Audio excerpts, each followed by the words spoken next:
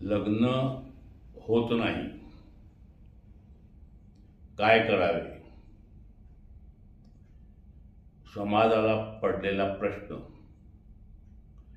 मी श्री रमेशभाई पंड्याजी, संपादक सत्यमच्या वतीनं आपणास नमस्कार व धन्यवाद। मित्रांनो,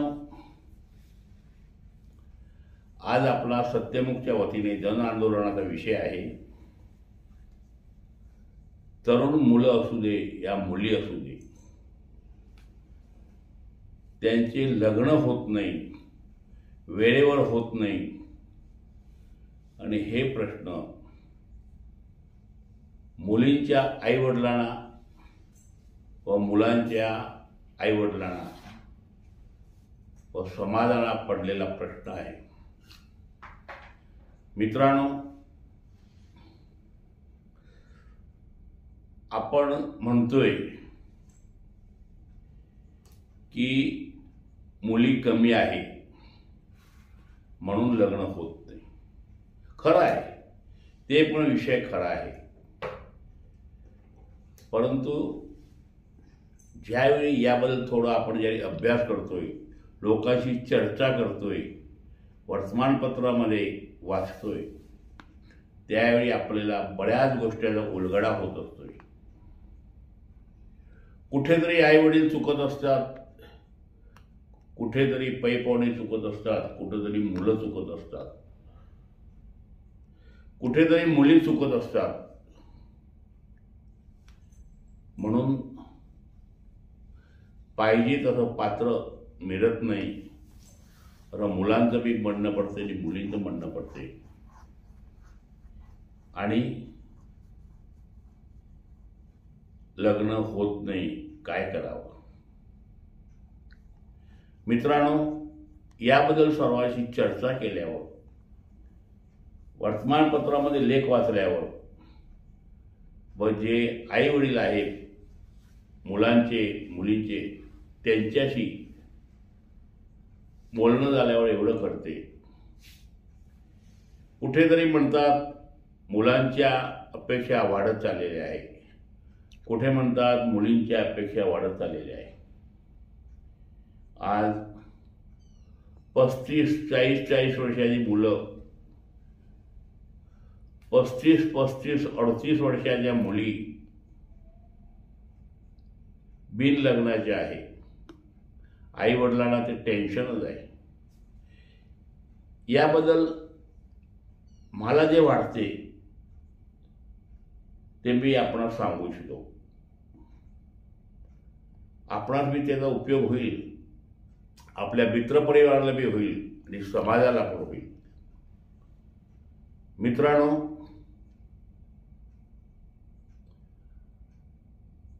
हे लग्नाबद्दलचा विषय आहे। मग सगळी म्हणतात की योग आल्यावर होईल, प्रयत्न आमचे चालू आहे। काही पालकांशी ज्यावेळी माझं बोलणं झालं, तर त्यावेळी ते पालक म्हणतात, ओ आमचा मुलगा म्हणतोय वधूवर सूचक असेल तर मेळाव्याला तुम्हीच जावा। काय मुलं, काय मुली वधूवर सूचकचा मेळावा असेल तर तिथे जाण्याचं धाडस करत नाही, त्याने जात नाही। आज बघा, म्हण आहे आपली, स्वतः मेल्याशिवाय स्वर्ग मिळत नाही। स्पर्धा कितीही असू दे, स्पर्धा हा राहणारच। आणि ह्या स्पर्धामध्ये तुम्हाला टिकायचं असेल, तुम्हाला आपली कामं करून घ्यायचं असेल, तर एकच आहे, आपल्या देशामध्ये व जगामध्ये बुद्धिजीवी लोक भरपूर आहेत, भरपूर आहेत। ते फक्त चर्चा करत असतात, लोकांना मार्ग सांगत असतात, पण स्वतःसाठी ते काहीही करत नाही। कोणतेही काम असू दे, नोकरी असू दे, व्यवसाय असू दे, या लग्नासाठी मुला मुलीला पसंत करायचं असू दे, हार्डवर्क, कोणत्याही गोष्टीसाठी हार्डवर्क हे असेल तर तुम्ही त्या बाबीमध्ये टिकू शकताय, तुमची कामं करू शकताय. हल्ली मुलींना सुद्धा मुलगा स्मार्ट लागतोय, मुलाला सुद्धा मुली स्मार्ट लागत्या, एवढ्या शिकलेल्या पाहिजे. मुलगा सरकारी नोकरी पाहिजे. प्रत्येकाच्या अपेक्षा वेगळ्या वेगळ्या असतात.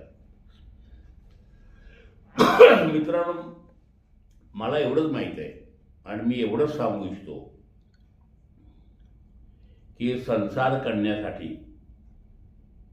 एक महिला आणि एक पुरुष हे आवश्यक आहे. परमेश्वर कृपेने त्यांना मुलं बाळ व्हावी हे आई वडिलांची अपेक्षा असते.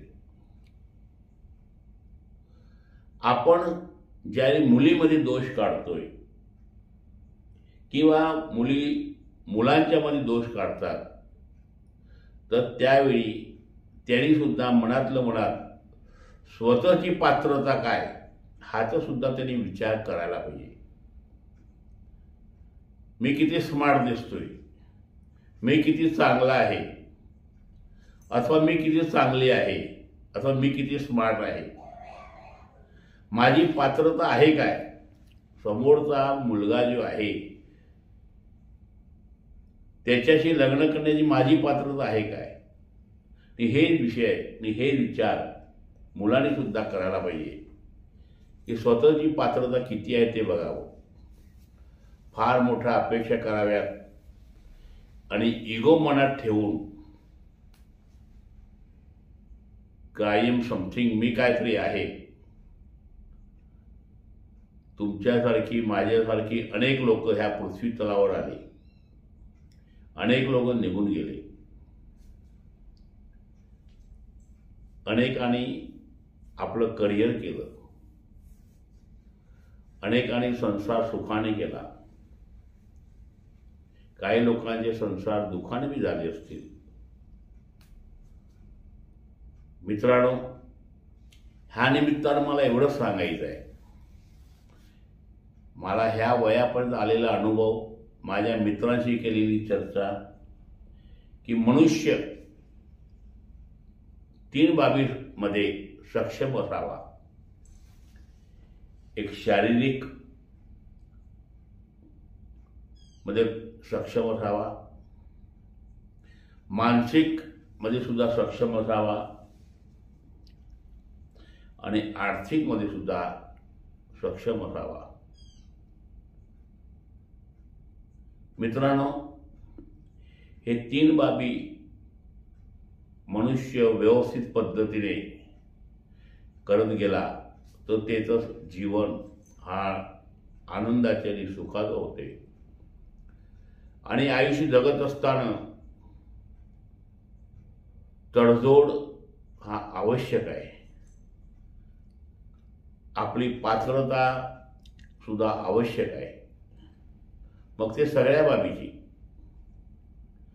आणि समजा आपली पात्रता चांगली असली, मुलांची असली किंवा मुलींची असली आणि स्थळ योग्य प्रकारे मिळत नसेल तर काय करणार. शेवटी मी एवढंच म्हणेल की कमी शिकलेली महिला असली पण संसार करू शकत असेल तर अशा मुलींची सुद्धा मुलांनी लग्नासाठी होकार द्यावा. एकाच वेळी मुलगा गरीब असला तरी सुद्धा मुलीने संसार करण्यासाठी त्याला मुलगाच पाहिजे, नवराच पाहिजे, हा गोष्टीचा बी त्याने विचार करावा. व लग्न करत असताना स्वतःची पात्रता काय आहे, कुठे तडजोड करावी हा विचार करून त्यांनी पाऊल टाकावं. व स्वतःला लग्न करायचं आहे म्हणून मुलाने सुद्धा आपलं घरदारातून बाहेर पडून त्या योग्य त्या मुली कुठे आहे, कुठं वर वधू सूचक मंडळाचा कार्यक्रम आहे किंवा कुठे पै पाहुण्याकडे जाणं आहे, तर त्या पद्धतीचं त्यांनी रिलेशन ठेवावं, संबंध ठेवावे. लोकांशी तुमचं बोलणं चालणं वागणं चांगलं असावं.